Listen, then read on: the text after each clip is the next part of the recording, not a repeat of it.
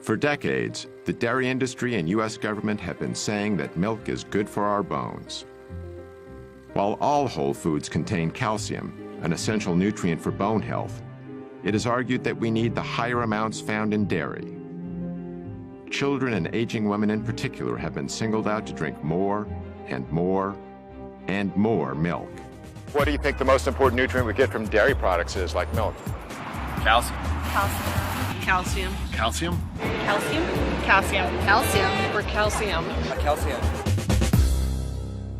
The science in terms of dairy's role in healthy bones is pretty strong. And in fact, the National Osteoporosis Foundation, of course, utilizes that science in their recommendations.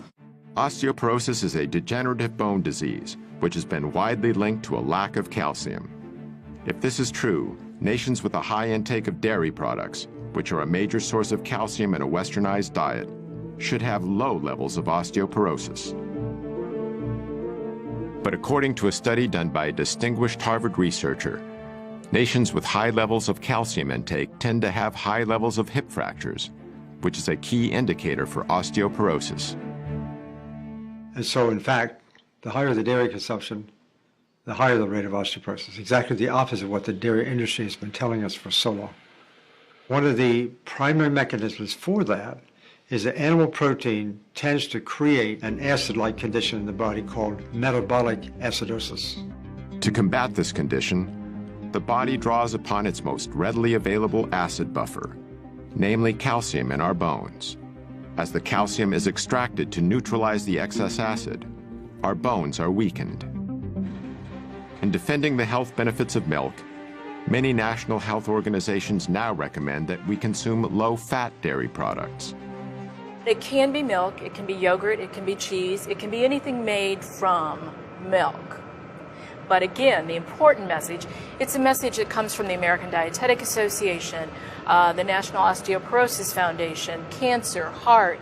We're all on the same page. It needs to be low fat or fat-free. So as the fat is taken out, the protein becomes a larger proportion of the total. So they become higher in protein, lower in fat. And when we compare these high protein, low fat milk products, for example, with prostate cancer, the relationship is as strong as it is for cigarette smoking and lung cancer. Most of these animals here are what we call heifers.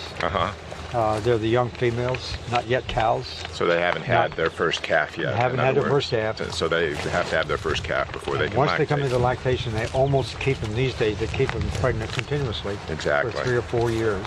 Why are they eating grass now? Well, this is the last time in their lifetime they're going to see grass. After that, they're in the barn. They're standing there for the rest of their life. When I was young, we defended our product, promoted our product, because it was nature's most perfect food. And so I believe that. But it took on a slightly different twist as time passed. I mean, it's the most perfect food for cats. And trying to switch the milk of one species to another species doesn't make a lot of sense.